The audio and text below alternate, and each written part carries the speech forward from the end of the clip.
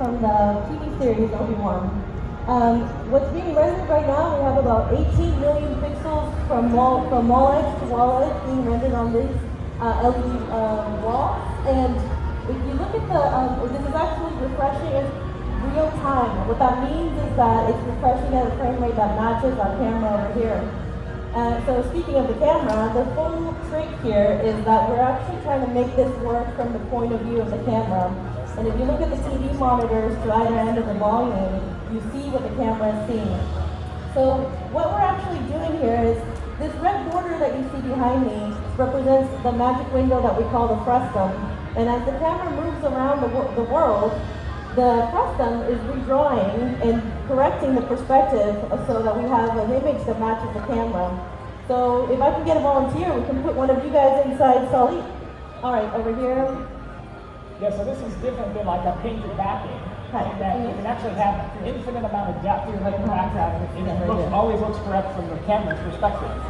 And you guys will have an opportunity to do this experience tomorrow as well. But yeah, so as we can see is that Drew stands there and the camera moves around him. And again, make sure that you're looking at the monitors. He is now immersed in the world. For us, when we're outside the volume and we're not looking through the monitors, you can actually see that the image is changing. But through the camera's point of view, it looks like he's in there. So you add a little lighting, a little set dressing, and some costumes, and boom, he's an extra in the world. Thank you so much, Drew. So that's what it looks like on set while we're shooting. Let me show you some of the shots from the picture as it comes together in camera. So these were shot in the very same way that we're describing here on set.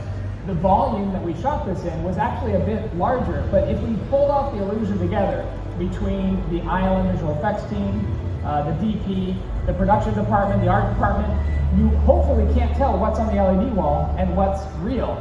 Here's what we call a quad view, 4 views of the same shot. So you can actually see what it looks like behind the scenes when we shoot a scene like this.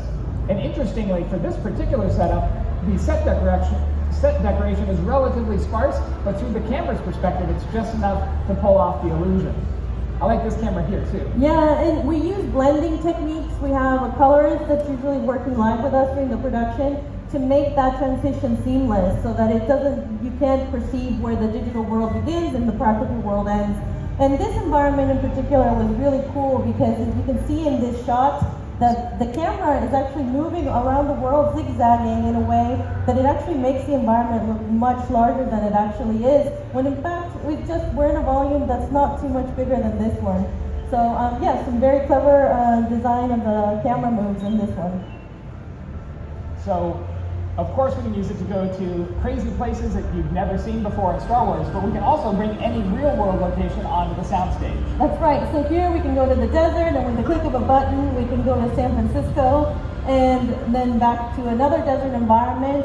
But we can control these panels in a way that we can actually hold the lighting. Magic Hour is one of the DP's dreams, to be able to shoot on this for 8 hours.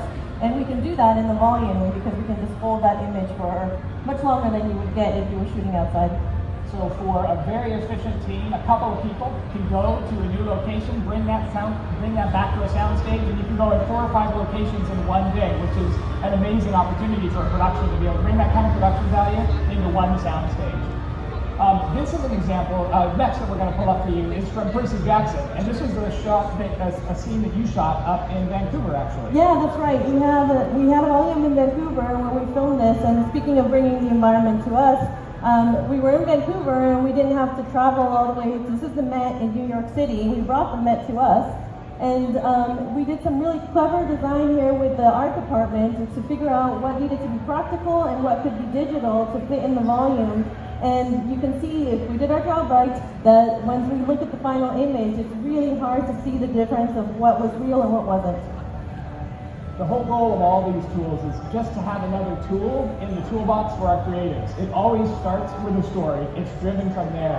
And this next example is kind of fun because we're starting with the concept art. This is Doug Chang and his art department do a lot of the design on our Star Wars films. And then we're using every technique in the book. In this case, there's 3D printing miniatures.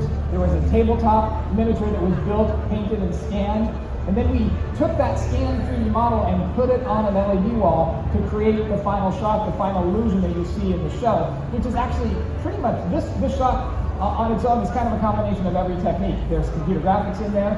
In the background, there's some giant walkers that were stop motion animated by Phil Tippett and his team. Then you have amazing CG extensions and environments there, a miniature that's been turned to digital that's photographed on an LED screen, and then of course a huge art department build with special effects parts, kind of every trick in the book for the actors to be able to be immersed in the environment, for the camera team and the whole team to work together to pull off an illusion like this. So the final thing I wanted to leave you with is an opportunity to go into hyperspace. It's a fun selfie moment. Maybe you can hand the camera to somebody next to you if you want to be immersed. And we just want to thank you so much for coming by the Lucasfilm Pavilion, to taking a look at ILM Stagecraft, and I hope you have a great rest of your D23. All right, so you guys are ready for it. We're going to go into hyperspace. I'm going to have the brain bar trigger us into hyperspace on 1, 2, 3, go! There we go.